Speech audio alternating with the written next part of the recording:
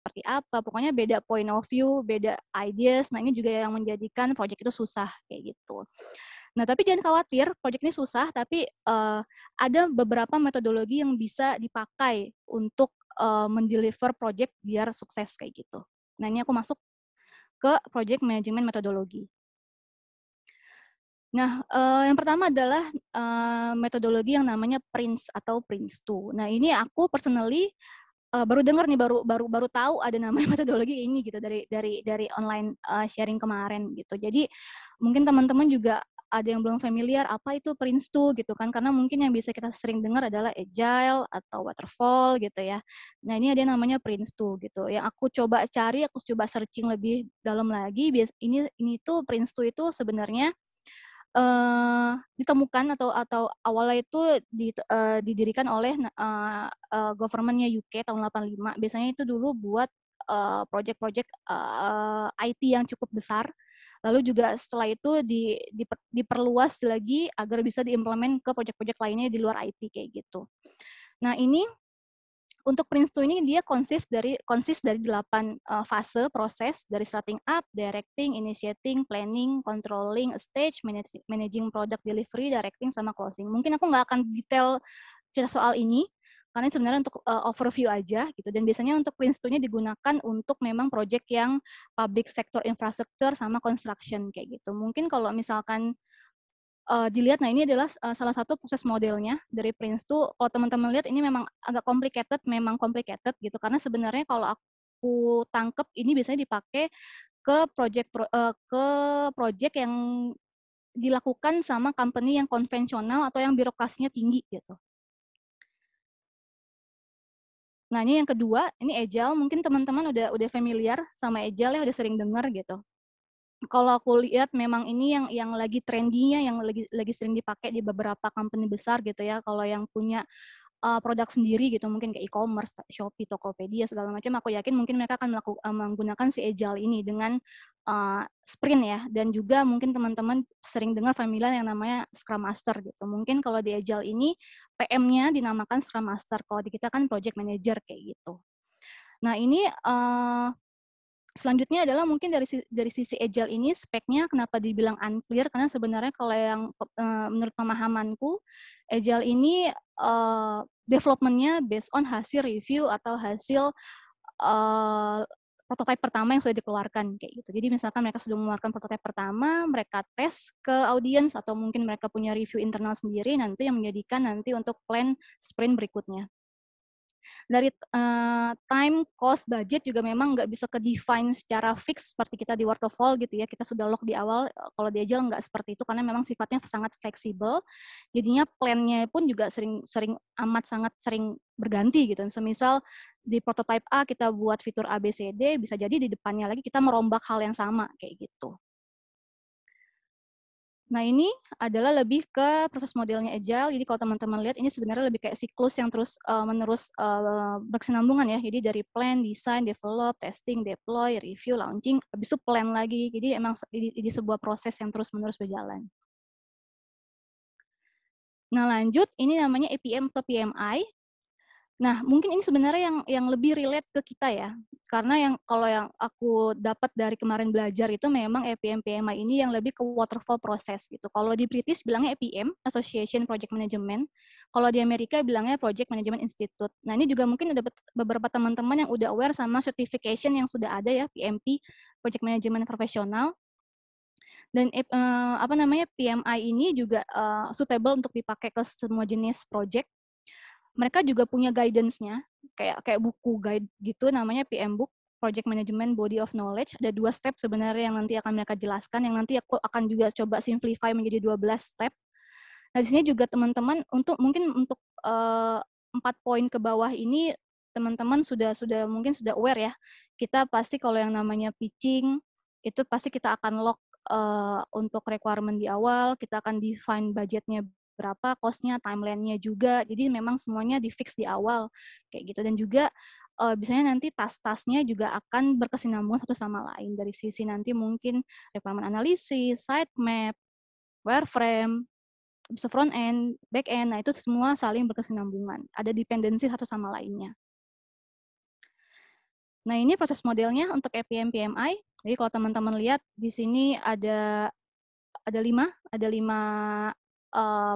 proses model. Pertama konsep, initiation, definition, dan seterusnya. Mungkin aku nggak akan terlalu jabarin detail, tapi kalau teman-teman aware, poin 1 sampai poin 4 ini sebenarnya hampir sama dengan 4D kita, kalau teman-teman aware. Jadi kan kalau 4D kita tuh discover, define, deliver, determine gitu. Nah, di poin 1 ini adalah fase discover-nya kita. Fase 2 define, fase 3 deliver, yang terakhir ada determine. Yang kelima ini sebenarnya lebih ke project closing. Kurang lebih seperti itu. Nah, lanjut, ini adalah tadi yang aku sempat mention, ada 12 step proses untuk simplify dari PM Book, body of knowledge-nya yang APM punya. Jadi kalau teman-teman lihat ada 12 step. Jadi kalau misalkan disambungkan dengan slide yang sebelumnya, jadi poin 1 itu adalah poin define-nya kita. Poin 2 sampai poin 8 ini dari kita list semua tasknya, estimate the task, ini kan mungkin lebih meng-create SOW ya. Habis itu juga create network diagram, mungkin nanti network diagram sama Gancat akan lebih dijelaskan sama Ira di slide berikutnya. Jadi 2 sampai 8 ini sebenarnya lebih ke planning-nya. Lalu di poin 9 sampai 11 ini nanti lebih ke sisi monitoring kita dalam setiap project. Yang terakhir adalah review the progress, kayak gitu. Nah, ini mungkin udah masuk ke top 10 mistake yang perlu kita avoid dalam project management in order biar kita lancar project manajemennya. Boleh dijelasin sama Mbak Ira. Silakan Mbak Ira. Oke, terima kasih Mbak Nia penjelasan sebelumnya. Nah, kalau untuk top 10 mistake ini mungkin basic yang sangat penting yang perlu kita ketahui juga dalam project management. Kenapa? Karena company kita, field kita ini sangat dekat dengan project management dan salah satu juga sebagai ujung tombaknya lah gitu. Kenapa sih penting? Karena menurutku kalau kita bisa deliver project dengan baik, senjatanya itu project management, client happy, itu akan bisa jadi retention gitu untuk kita nanti ke depannya. Oke, untuk yang pertama ini, kesalahan pertama yang mungkin bisa terjadi atau kita lakukan gitu adalah kita punya rencana tapi cuma ada di kepala gitu. Tanpa kita semisal kita tulis, kita listing gitu, seperti itu. Itu akan sulit bagi kita untuk nge-share hal itu ke semisal atasan, ke klien, dan lebih penting kita akan sulit share itu ke tim. Nah, gimana sih, apa sih yang bisa kita lakukan gitu. Untuk rencana ini bisa kita tuangkan ke dalam 2 hal. Pertama itu network diagram, dan yang kedua itu Gantt chart gitu. Nah, lalu network diagram itu seperti apa sih bentuknya? Nah, inilah network diagram. Jadi, kita bisa list semua task atau scope yang penting dijalankan di dalam sebuah project. Terus nanti kita bisa atur, kita arrange scope mana dulu sih atau task mana dulu sih yang harus kita kerjakan gitu. Terus nanti itu akan task setelahnya itu dependennya dari task mana sih gitu. Terus kita juga bisa lihat, oh ini bisa kita jalankan secara parsial seperti itu. Jadi kita bisa nentuin step-step dari awal sampai akhirnya selesai untuk sebuah project. Itu yang disebut network diagram. Nah, lalu apa sih Gantt chart? Nah, sebenarnya mungkin di Submedia nih udah familiar lah dengan Gantt chart gitu. Ini yang selalu kita lakukan, yang mungkin kita sebut timeline kali ya. Gitu, kita udah sering buat. Terus kita juga udah tuliskan tasknya setiap tim member gitu, dari analis, dari desainer, dari developer gitu, bahkan sampai tas-tas yang diperlukan klien perlu tahu gitu, tanggung jawabnya apa, itu kita harus detailkan gitu, dan kita tuliskan ke dalam Gantt chart. Terus kita bisa juga define waktunya berapa lama, terus juga kita bisa tahu setelah task yang satu ini selesai, task yang setelahnya apa lagi sih gitu. Jadi ini kita runtutkan, kita berikan juga lama pengerjaan, waktu dan effortnya gitu. Oke, kesalahan yang kedua. Nah, ini nih yang mungkin juga sering terjadi di project manager, di account, dan juga sering terjadi juga di tim gitu. Bilang mungkin atau kita coba ya gitu.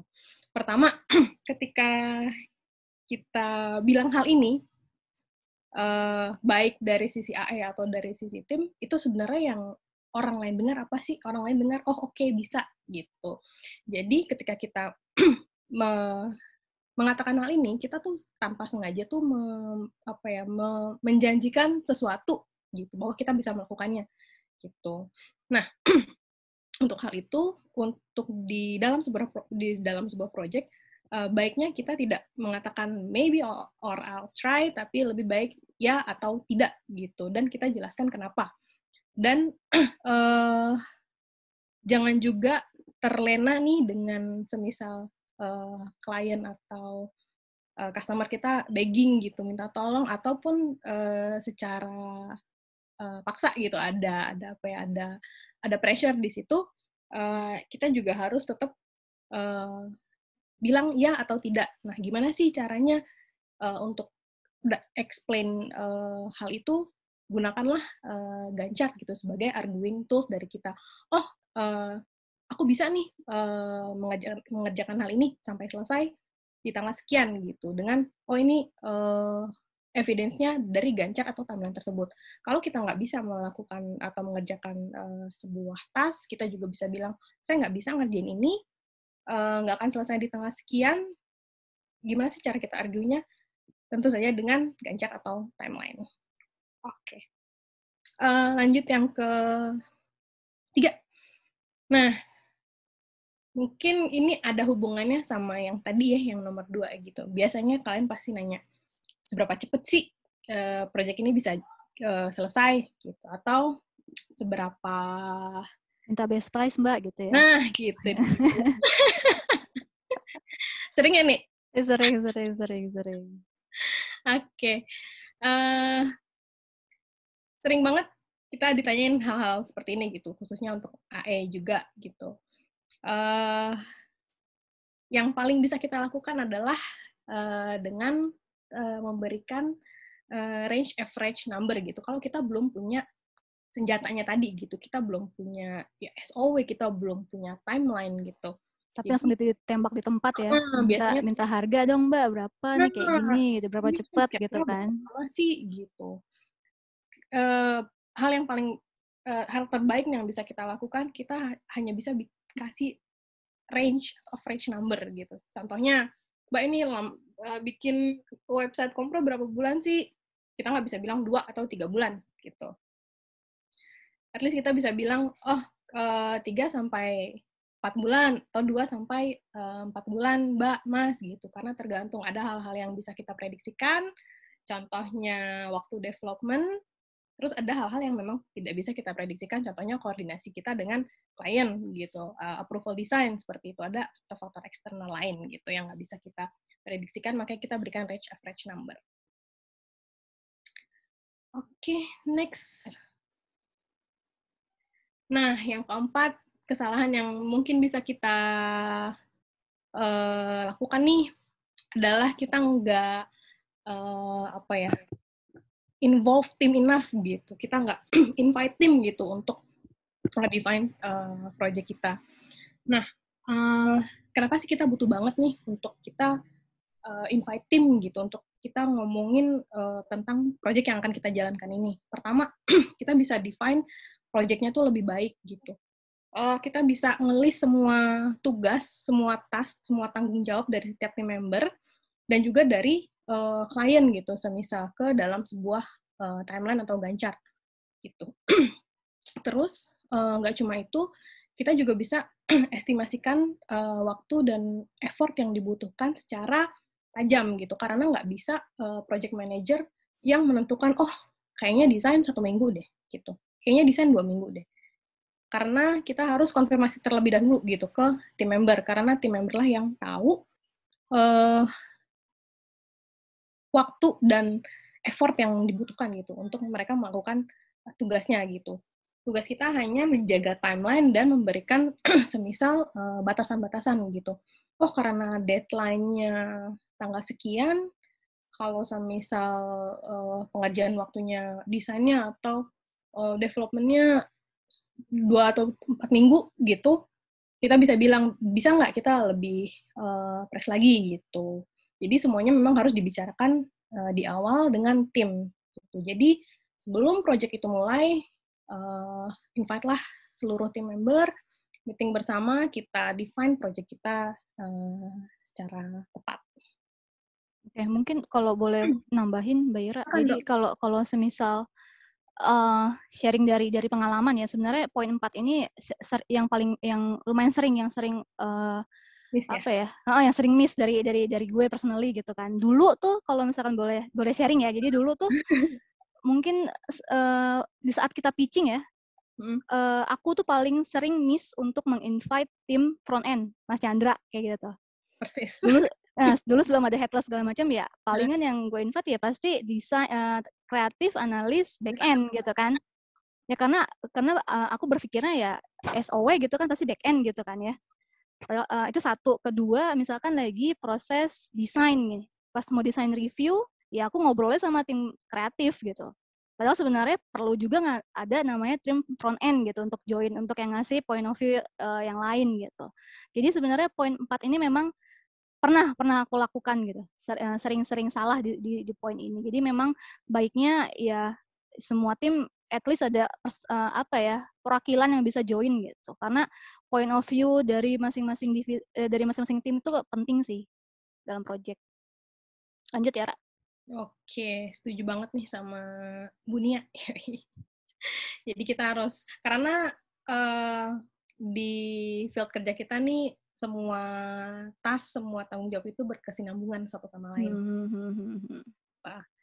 Oke, terus yang kesalahan kelima, list of task versus Gantt chart. Jadi maksudnya apa sih gitu? Jadi mungkin ini juga udah jarang terjadi ya di media gitu.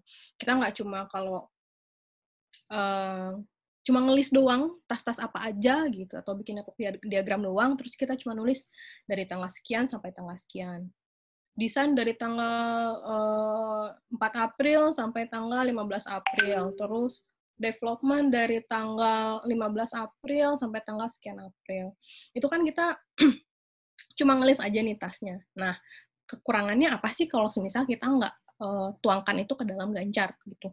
Yang pertama, kita nggak tahu tas mana sih yang cukup berat gitu, yang cukup makan waktu lama. Kita nggak bisa lihat hal itu kalau kita nggak tuangkan ke Gantt chart. Nah, terus yang kedua, kita juga nggak akan bisa ngelihat tas mana sih yang harus dijalankan duluan gitu dan harus diselesaikan gitu. Terus yang ketiga, kita juga nggak bisa manage mana sih, akan kesulitan banget untuk manage task mana sih yang harus dijalankan, yang bisa dijalankan secara parsial gitu. Terus kita juga nggak bisa ngelihat tas mana sih yang bergantung sama tas yang lainnya gitu, dari tas yang sebelumnya gitu semisal. Nah, jadi daripada kita cuma bikin ngelis tasnya apa aja gitu, kita lebih baik tuangkan ke dalam sebuah Gantt chart yang cukup proper gitu, yang cukup lengkap gitu. Oke, kesalahan. Bunia mau nambahin nggak? Nggak, lanjut dulu. Next ya. Oke, yang keenam, not planning across project. Ini maksudnya apa sih?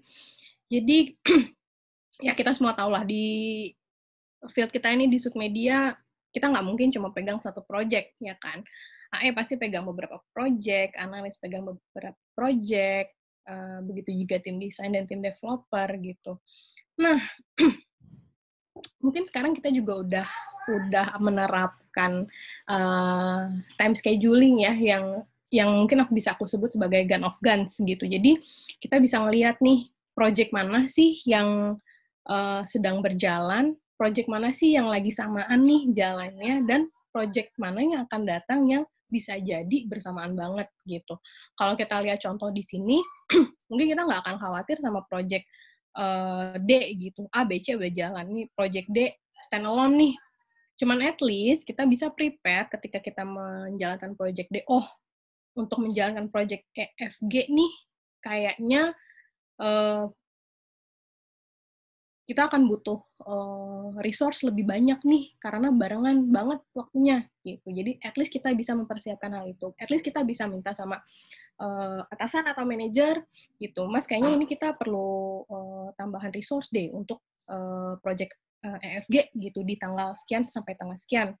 Seperti itu. Jadi nggak cuma kita memikirkan satu project aja, tapi kita juga harus memikirkan apa ya, irisannya sama project-project lain gitu. Karena bisa jadi ada satu orang yang mengerjakan 2 project gitu. Jadi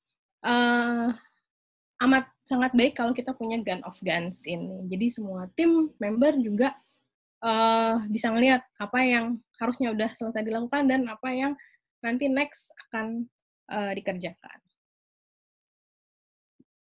Next, Bunia. Nah, yang ketujuh, stories versus gun. Apa sih maksudnya? Nah, semisal nih contohnya, kita meeting sama klien atau kita lagi meeting internal dan ada atasan kita gitu. Terus kita tanpa memperlihatkan plan apapun, kita cuma cerita doang gitu, menceritakan gitu. Oh iya, nanti si A ngerjain ini di tanggal sekian, si B ngerjain ini tanggal sekian. Terus, oh iya, harusnya A udah selesai nih tanggal sekian, si B harusnya selesai tanggal sekian. Nah, itu nggak akan efektif. Itu apa ya, bisa menyebabkan kegagalan yang cukup besar mungkin gitu. Terus kita juga nggak bisa ngelihat kan tim kita ini sebenarnya udah selesai belum ya kerjaannya gitu. Nah, kenapa kita perlu banget timeline atau si Gantt chart ini? Karena dengan menuangkannya ke dalam Gantt chart ini, kita bisa compare nih apa yang udah kita lakukan dan apa yang seharusnya sudah selesai kita lakukan gitu. Bunia ada mau nambahin lagi nggak, Bunia? Kalian kalau untuk yang ini sebenarnya lebih pengen menginformasikan setiap kita meeting dengan internal, dengan eksternal, intinya adalah yang tadi Ira bilang, jangan cerita aja gitu. Pasti kita harus showing something, either itu report weekly, report bi-weekly gitu. Karena itu yang lebih apa? Yang lebih proven ya, lebih proven. Semisal kita mau showing kita ada isu di sini, kita ada telat di sini. Nah, kayak gitu. Jadi sebenarnya itu lebih mempermudah juga komunikasi kita sama klien sih. Karena mungkin dulu juga mungkin beberapa project memang kalau meeting sama klien ya udah kayak ngobrol aja gitu, nggak ada yang di-share atau kayak Mbak Nia gimana progresnya, oh ini begini Pak, nanti palingan minggu depan kita start deploy, nanti gini-gini segala macam. Cuma nggak ada yang di-showing gitu. Jadinya ujung-ujungnya juga ininya lupa gitu kan. Habis itu juga jadinya nggak apa ya, nggak ada proven. Semisal kalau aku mau show ini kita ada isu di sini gitu, misalkan kayak kita harusnya udah dapet apa namanya sebuah output dari klien di tanggal sekian untuk bisa kita start development tanggal sekian gitu. Kalau misalkan tuh mundur kan kita bisa ada apa ya proof-nya dari si Gantt chart ini gitu. Betul. Lebih ke situ sih. Jadi jangan cuma ngasih cerita aja gitu, tapi kita harus proof hal itu gitu. Proof apa yang udah kita kerjakan dan apa yang seharusnya udah kita kerjakan. Oke, yang ke-8. Mistakes yang ke-8. Oh ya maaf. Thinking underspend is okay. Nah, ini aku masih mikir sih untuk relate-nya ke sosial media nih apa ya. Cuman kalau yang aku tangkep nih, mungkin bisa relate ke klien juga kali ya. Semisal, klien punya budget, katakanlah dia 500 juta untuk mengerjakan sebuah project. Tapi dia memutuskan untuk spend hanya 350 juta gitu semisal. Ini juga apa ya, ada kaitannya sama yang tadi Nia jelaskan tentang triangle yang tadi terkait cost, terkait quality, dan juga terkait waktu gitu. Jadi semisal klien spend budget katakanlah underspend gitu, pasti akan berpengaruh ke quality ataupun ke waktu, itu udah pasti. Nah, karena di sini underspend itu biasanya relasinya tuh sama terlambat gitu.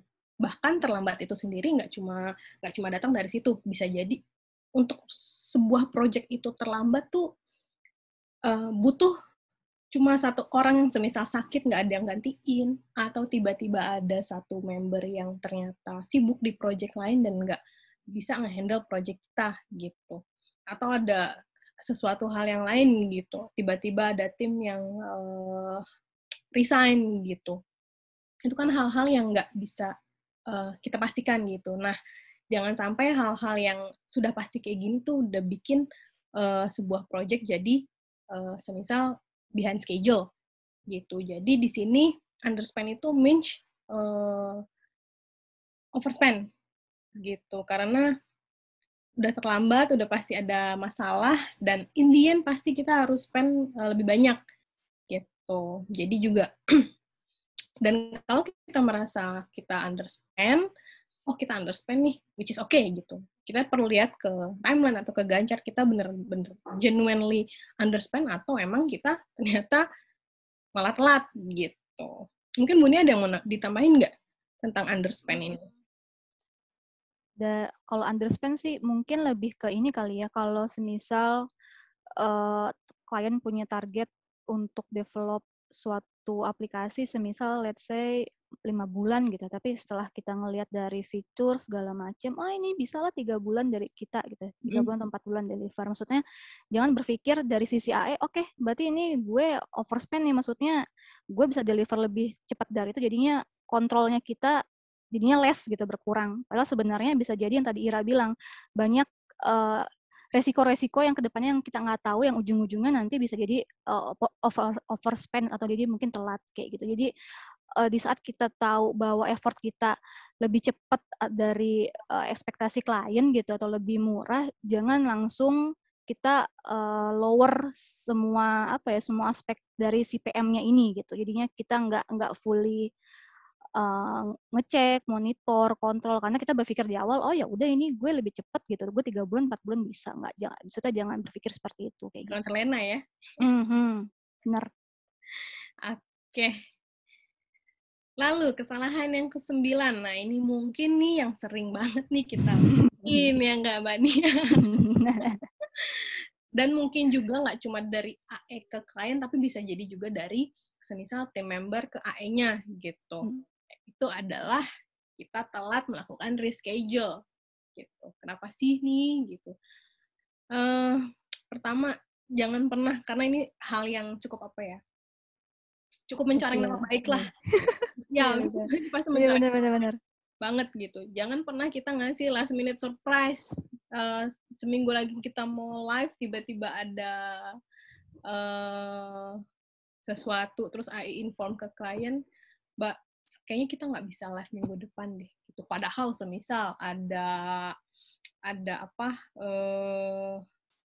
berkaitan sama event gitu, atau beririsan sama digital marketing yang harus dimulai hari itu juga gitu. Terus kita juga sebagai PM nggak boleh, semoga aja deh ini bisa solve gitu dengan sendirinya.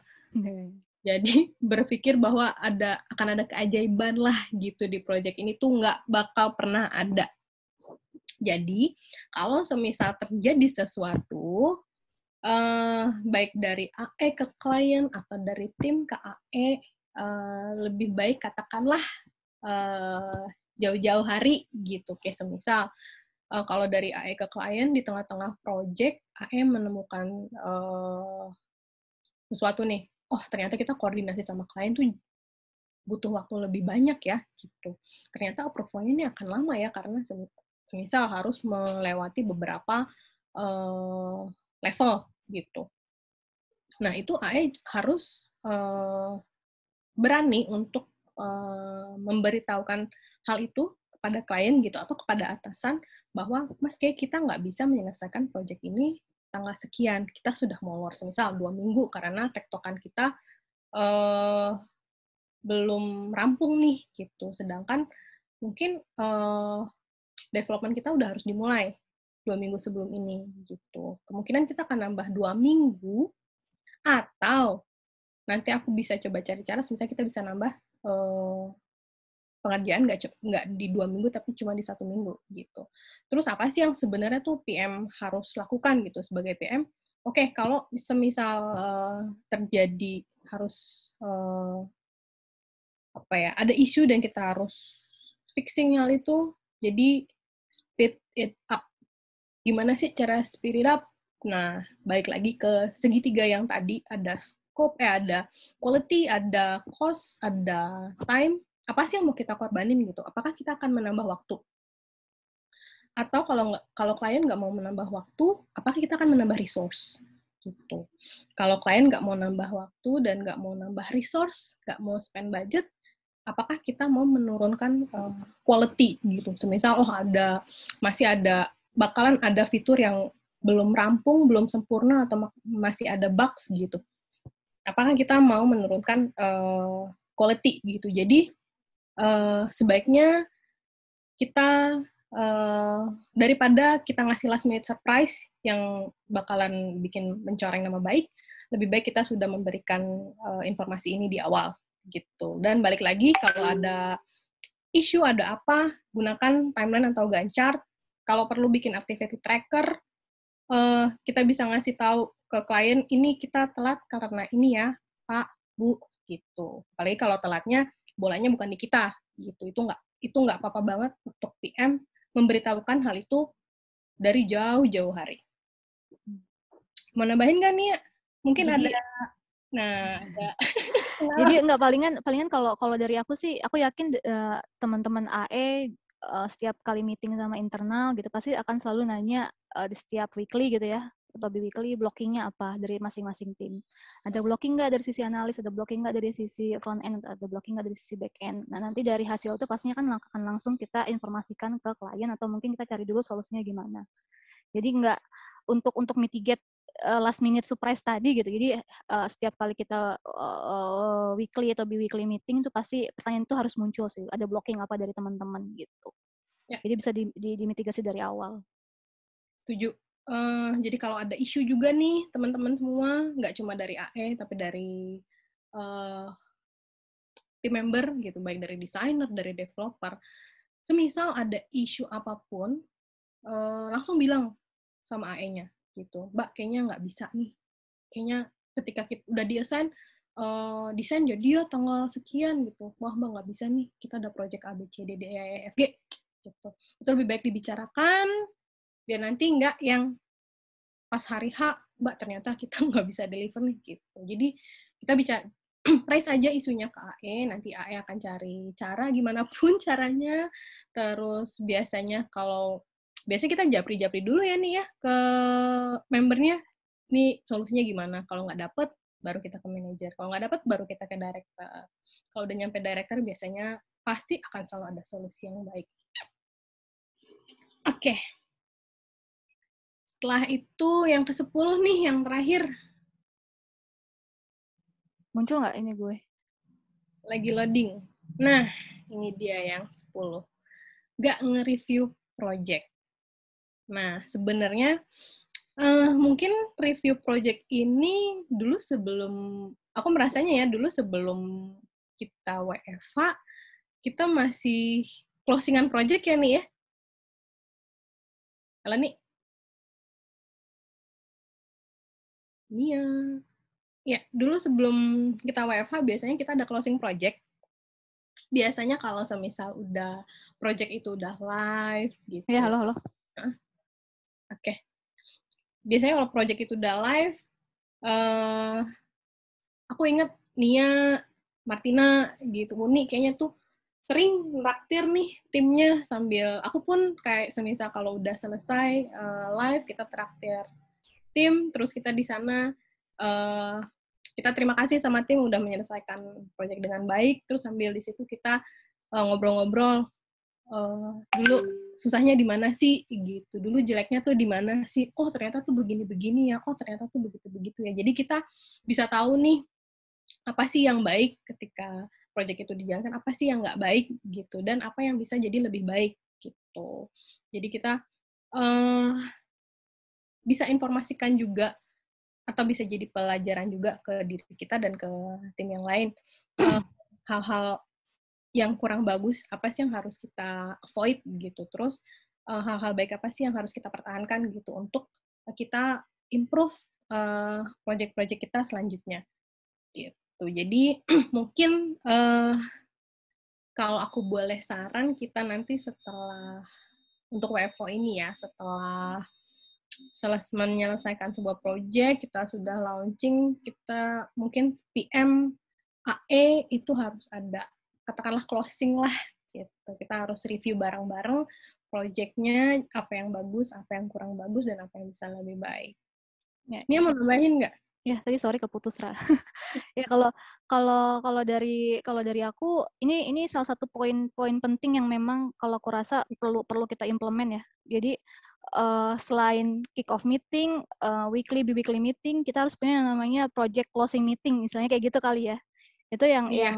yang jadi saran kita ini harus diadakan terus karena itu tadi pentingnya kita mereview setiap project yang udah kita lakuin. Kalau perlu ada dokumentasinya juga. Kalau nggak salah ini plan-nya udah sempat di-mention di meeting bareng quarterly meeting sama Mutia atau siapa ya tim analis gitu. Jadi pernah ada plan untuk membuat dokumentasi review project di mana nanti bisa jadi bahan pembelajaran untuk AE-AE yang lain gitu. Kalau misal ada temuan atau isu yang sama di project yang lainnya, cara solvingnya gimana. Itu penting banget gitu. Kedua ya, bahan pembelajaran untuk kita internal pastinya ya, untuk setiap project nantinya biar nanti isu-isu yang udah ada di existing nggak kejadian lagi gitu. Untuk tadi poin 8 sama poin 9 untuk rescheduling too late segala macam sebenarnya sempat kejadian waktu itu sama Omela sama IHWG ya, Ra. Jadi kalau nggak salah kita project-nya barengan kick off, barengan jalan, terus deadline cuma sebulan gitu. Akhirnya kalau nggak salah waktu itu aku sama Ira Omela tuh 25 call. ya? Iya, iya. Omela Kita 2. call bareng tuh Ira, aku ya Mas Rican semuanya ya rembukan gimana cara solvingnya gitu. Karena beneran sama banget deadline sama. Habis itu juga kita bingung gimana cara nge-assign resource-nya. Akhirnya Ya. kalau nggak salah Ira waktu itu mau coba nego ya ke klien ya. Jadi waktu itu Omela itu barengan sama digital marketingnya ya nih ya? Iya, karena mau naik ini kan TVC kan, jadi dari gue nggak bisa mundur gitu. Jadi dari gue itu bisa mundur. Nah, gimana sih caranya gue mundurin itu? Gue kasih timeline memang. Jadi secara timeline nih kita mundur 4 minggu karena tektokan kita perlu waktu lebih banyak ternyata nih Mbak gitu. Nah terus tapi gue juga nego. Aku nggak akan mundurin selama 4 minggu karena memang terlalu jauh. Yang bisa aku lakuin, aku bisa mundurin development-nya cuma 2 minggu deh Mbak, gimana? Gitu sih. Jadi, Alhamdulillahnya mau ya. jadi memang harus involve tim, terus kita juga sesama PM mungkin ya memang harus banyak komunikasi juga ya nih ya. Betul, betul. Maksudnya Jadi, komunikasi antar AE, antar project kalau yang ada bentrok tuh penting banget sih. betul. Gitu. Jadi, walaupun kita lumayan ini ya nih, mencekam situasinya saat Ya ini. itu deg-degan sih karena memang cuma sebulan Nah, gitu kan. cuman akhirnya kita bisa menyelesaikan lah, kita bisa solve problem itu bareng-bareng, dibantu juga sama Mas Chandra, sama Mas Rican gitu. Ya, ya.